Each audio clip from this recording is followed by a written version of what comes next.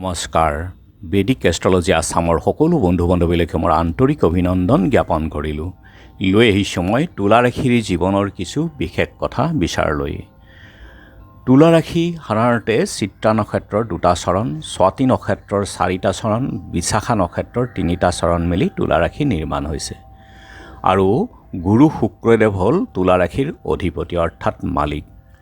তুলা ৰাশি নামৰ আদ্য অক্ষৰসমূহ আৰম্ভ হৈছে ৰত আকাৰে ৰা, ৰত দীৰ্ঘইকাৰে ৰি, ৰত দুঘকাৰে ৰু, ৰত একাৰে ৰে, ৰ টকাৰে ৰো, দন্তীয়া তত আকাৰে তা, দন্তীয়া তত দীৰ্ঘইকাৰে তি, দন্তীয়া তত দীৰ্ঘৌকাৰে তু আৰু দন্তীয়া তত একাৰে তেৰে আদ্য অক্ষৰ আৰম্ভ হৈছে। নক্ষত্ৰৰ চৰণৰ ওপৰত নিৰ্ভৰ কৰি এই আদ্য অক্ষৰ নিৰ্ণয় কৰা হয়।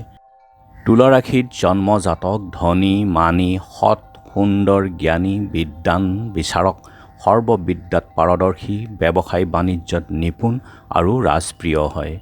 তুলা ৰাশিৰ জাতিকা দাম্ভীৰ, নিৰ্জ্ঞানহীন, কুৰূপানিচ, কাৰ্যনুৰক্ত হয়। আৰু তুলা ৰাশিৰ জাতক জাতিকাৰ বাবে বুধ, শনি শুভ গ্ৰহ, ৰবি, মংগল, বৃহস্পতি অশুভ গ্ৰহ। মংগল তেওঁলোকৰ কাৰণে মাৰক গ্ৰহ। শুভ সংখ্যা হ'ল 6 আৰু 8 আৰু শুভ বাৰ শুক্ৰবাৰ, শুভ ৰং হ'ল বগা আৰু কাতি মাহটো তেওঁলোকৰ কাৰণে শুভ হয়।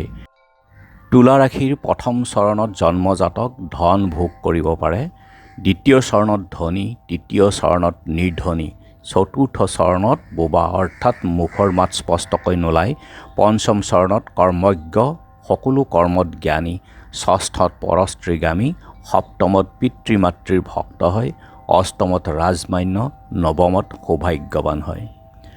আৰু জন্মৰ পৰা পঞ্চম আৰু 16 মাহত ৰোগত কষ্ট ভোগ কৰিবলগীয়া হয়।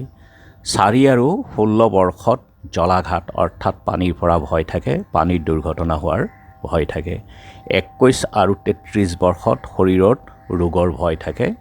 41 বৰ্ষত অণ্ড বৃদ্ধি হয়। 51 বৰ্ষত দেৱদোষৰ পৰা কিছু ভয় থাকে।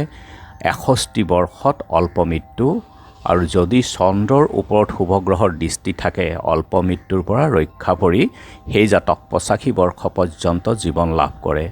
আৰু বহাগ মাহৰ শুক্ল পক্ষৰ ত্ৰয়োদশী তিথিত শুক্ৰবাৰে চিত্ৰা নক্ষত্ৰত মধ্যাহ্নৰ সময়ত দেহাৱসান হয়। গতিকে এই অশুভ মাহ আৰু অশুভ বৰ্ষসমূহত আৰম্ভণিতেই যদি ঘৰত পূজা পাঠ বা নাম কীৰ্তন কৰি ভকতক সেৱা বা ভোজ ভোজনীৰ দ্বাৰা তেওঁলোকক বস্ত্ৰদান কৰি যদি সেৱা লোৱা হয় তেনেহ'লে অশুভ প্ৰভাৱৰ পৰা মুক্ত হৈ থাকিব পাৰে। ধন্যবাদ।